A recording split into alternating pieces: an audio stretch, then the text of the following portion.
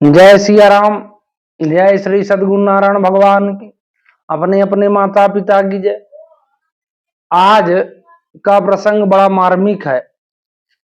आपने सुना होगा कि भाई सबसे पहले जैसे मान लीजिए राम कहते हैं तो उसके पहले सीता आता है, सीताराम, है ना, लक्ष्मी नारायण, राधे श्याम, है ना, गौरी शंकर। तो आज मैं भगवान कृष्ण की बात करने वाला हूं कि उनका नाम राधे श्याम ही क्यों लिया जाता है। रुक्मणी श्याम नहीं कहा जाता, सत्यभामा श्याम नहीं कहा जाता, जामवंती श्याम नहीं कहा जाता, उनको राधे श्याम ही क्यों कहते हैं।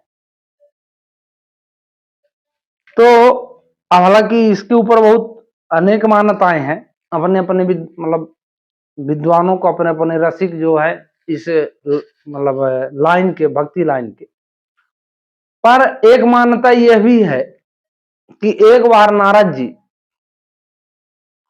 ने देखा कि कहीं भी भगवान की हमने लीला नहीं देखी और उस लीला का हम प्रादुर्भाव कैसे करवाएं। तो पहुंच गए द्वारिकापुरी। नारद को आदमी कहता है, भिड़ाने वाले को नारद की तुलना दी जाती है, लेकिन नारद का भिड़ाना आप किसी भी इतिहास को उठा के देखो, किसी भी घटना को देखो, नारद के भिड़ाने से जो भी युद्ध हुए होंगे या भी जो भी घटना घटी होगी उससे प्रगति का लाभ ही होगा, उससे कुछ न कुछ लाभ होगा ही होगा, हानि तो हो नहीं सकती। हानि वाला वो काम नहीं कराते। हाँ, अब यह है कि भाई अब आज के डेट में बोल देते हैं कि नारद है। आज के नारद जरूर हानि वाला काम करते हैं, पर वो नारद नहीं करते, वो ब्रह्मा के मानस पुत्र है। अब वो पहुंचे द्वारिकापुरी तो माता रुक्मणी के सामने गए, प्रणाम हुआ, अभिनंदन बंदन हुआ दोनों पक्ष से। माता ने पूछा, भाई अब कहाँ। उन्होंने कहा कि मैया, अगर आपको ये न लगे, मेरे मन में एक बात बहुत तेज से खटक रही है। रुक्मणी ने कहा, क्या। बोले, आप रहती हैं कृष्ण जी के साथ बिल्कुल 24 घंटा हर पल, लेकिन नाम राधे श्याम ही कहते हैं लोग, आपका नाम नहीं लेते रुक्मणी श्याम। रुक्मणी ने कहा, हाँ, ये बात तो सत्य है, मैंने कभी सोचा नहीं इस बारे में।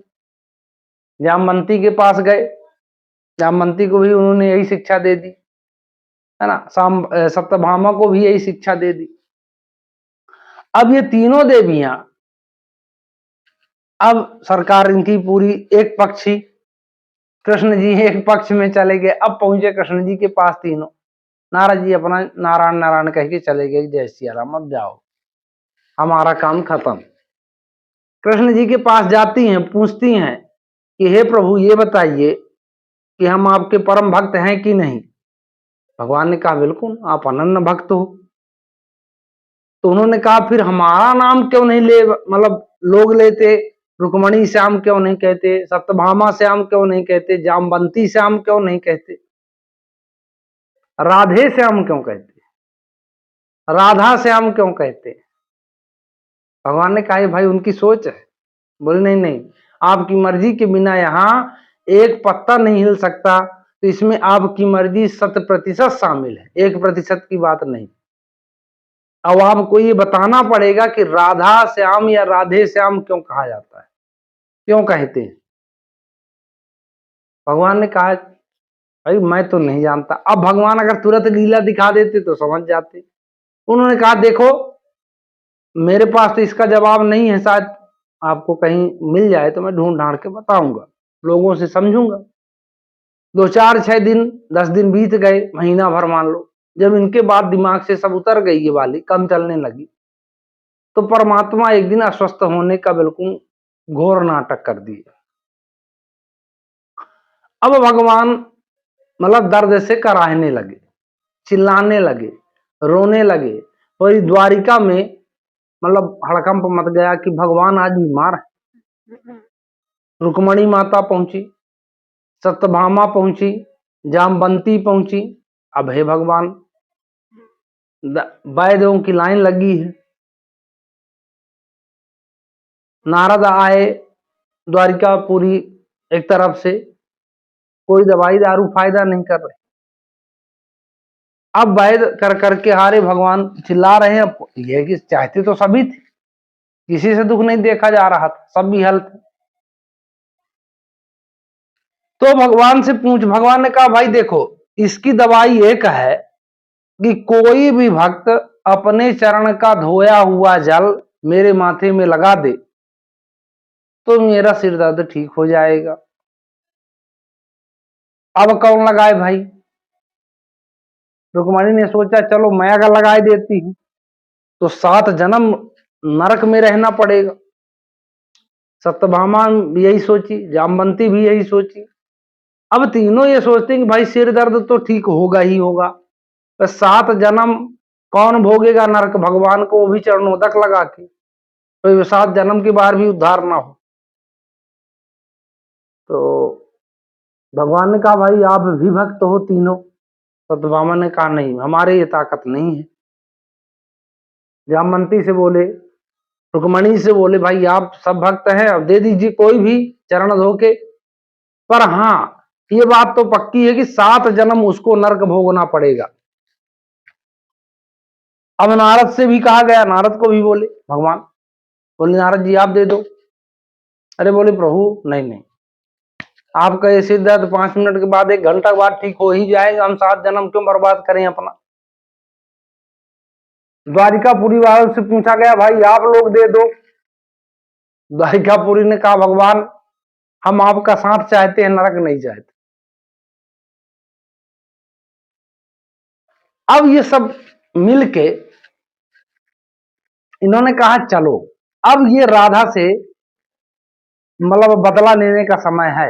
नारद को कहा कि आप राधा के पास जाओ और राधा से बता देना कि ऐसी ऐसी बात है, अगर दे देती है तो 7 जन्म नरक में रहेगी तो भी पिंड छूट जाएगा, और नहीं देगी तो चलो ये हमारे बराबरी आ गई, तब फिर राधे श्याम के और रुक्मणी श्याम होना चाहिए। अब ये नहीं ऐसा लग पाए भगवान की लीला कि हमारी परीक्षा चल रही, राधा की परीक्षा नहीं चल रही। यही तो भगवान की माया है, उनके साथ रहने वाले भ्रमित हो जाते हैं। अब नारद जी पहुंचे, राधा रानी बैठी थी बरसाने में। राधा रानी को प्रणाम हुआ। कैसे देवी वो मतलब नारद जी कैसे? सब ठीक है। अब एक बात बेकार है कि नारायण का मतलब सिर दर्द है, और उन्होंने कहा कि जो भक्त अपने चरण का धोया हुआ जल दे दे और लगा दे मेरे सिर में तो ठीक हो जाएगा। लेकिन ये भी बात उन्होंने कहा कि 7 जन्म उसको मतलब घोर नरक में जाना पड़ेगा। उनका इतना कहना सुनी राधा कि मतलब भगवान ने कहा कि चरण धोना है, इसके बाद वो नरक वरक की कथा वो अपना व्याप्त कर रहे, तब तक वो धो धा के फिट। नारद को यह लगा कि मैंने जो बताया नरक वाला प्रसंग ये राधा सुन नहीं पाई। फिर से उन्होंने कहा कि इसका परिणाम आप जानती हैं। उन्होंने कहा इसका परिणाम बाद में देखा जाएगा, पहले भगवान अगर मेरे द्वारा थोड़ा उनको आनंद मिलता है तो हमको नरक में रहने से कौन सी दिक्कत भाई, नरक में रह आएंगे उनके नाम से। बनाया तो उन्हीं का हुआ है, स्वर्ग नरक दोनों।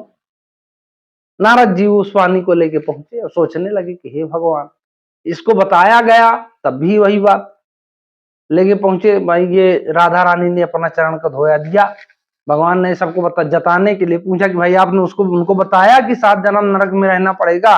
बोले सब बताया।